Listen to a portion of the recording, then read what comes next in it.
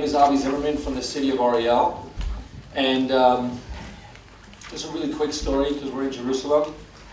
So once upon a time, my brother and sister-in-law are getting a ride with somebody, a friend of my sister-in-law's, and they're going from one neighborhood of Jerusalem to the next, and it's two young ladies sitting in the front and my brother and sister-in-law in the back. So my brother is the kind of guy who likes to play matchmaker. So he's trying to get a word in with the woman in the front, but he can't because she keeps talking to her friend who is riding shotgun next to her. So this is like a long ride, and it becomes exceedingly frustrating for my brother, who looks to his wife and says, you know what? She can't stop talking. She's perfect for Avi. So here we are, 14 years and 4 kids later, and those of you who know me, I still have a lot to say, but that is not the focus of this morning. Instead, make yourselves comfy. Instead, we are talking about something that's a little bit more together. It's not going to be focused on any one particular angle, perspective, community, or approach. We're dealing with an issue that we believe, whether we choose to or not, is going to unify the Israel-affiliated community. In so doing, we can address this from a number of different angles. We can be emotional, we can show you really cool videos. We're not going to do that. We're going to focus instead on pragmatism for today. We want to know how it is that we identify the issues at hand and how are we going to deal with them as a collective.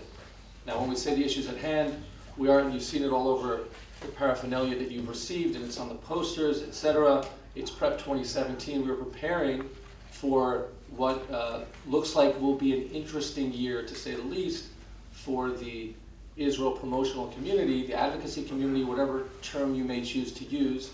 But in the arena, the global arena of public opinion, 2017 will probably shape up to be interesting, both in terms of 50-year anniversary for the Six-Day War, the Israeli presence, Judea, Samaria, the reunification of Jerusalem, and parallel to that, the 100-year anniversary of the Balfour Declaration.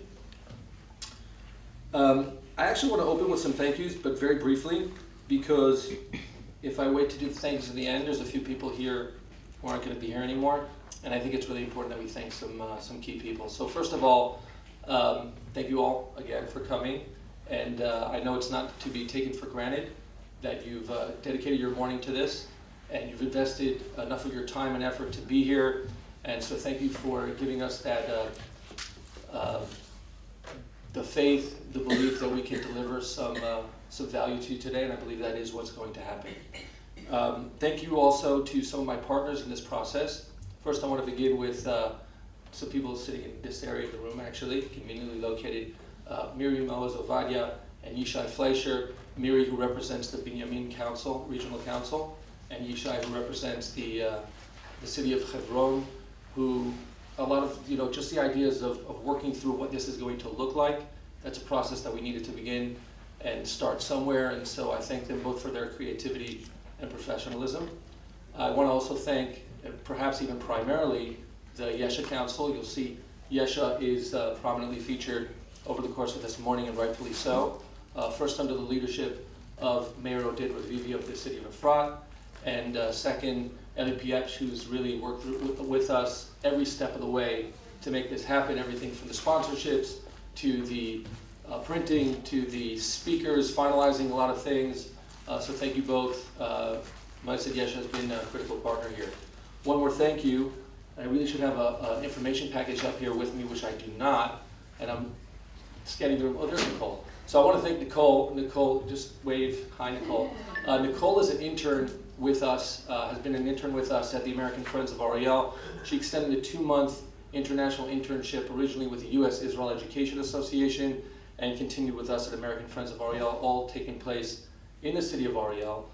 And this is one of those things, this gathering that we have this morning, it's one of those things that if you don't have the right person with the right skill set in the right role at the right time, it simply will not come to fruition. And our limited bandwidth is such that we would not have been able to do this had we not had Nicole, who's not only just an intern, but an exceedingly talented one. So I wanted to take the few moments to thank her for everything that she's done. Thank you, Nicole. You will be receiving at the end of the morning some information packages. Here's just one panel of one of the things that you'll be receiving, and all that creativity and the invitations you've received, etc., is her brainchild. So again, we thank Nicole for that as well. And now, we'd like to move into our program.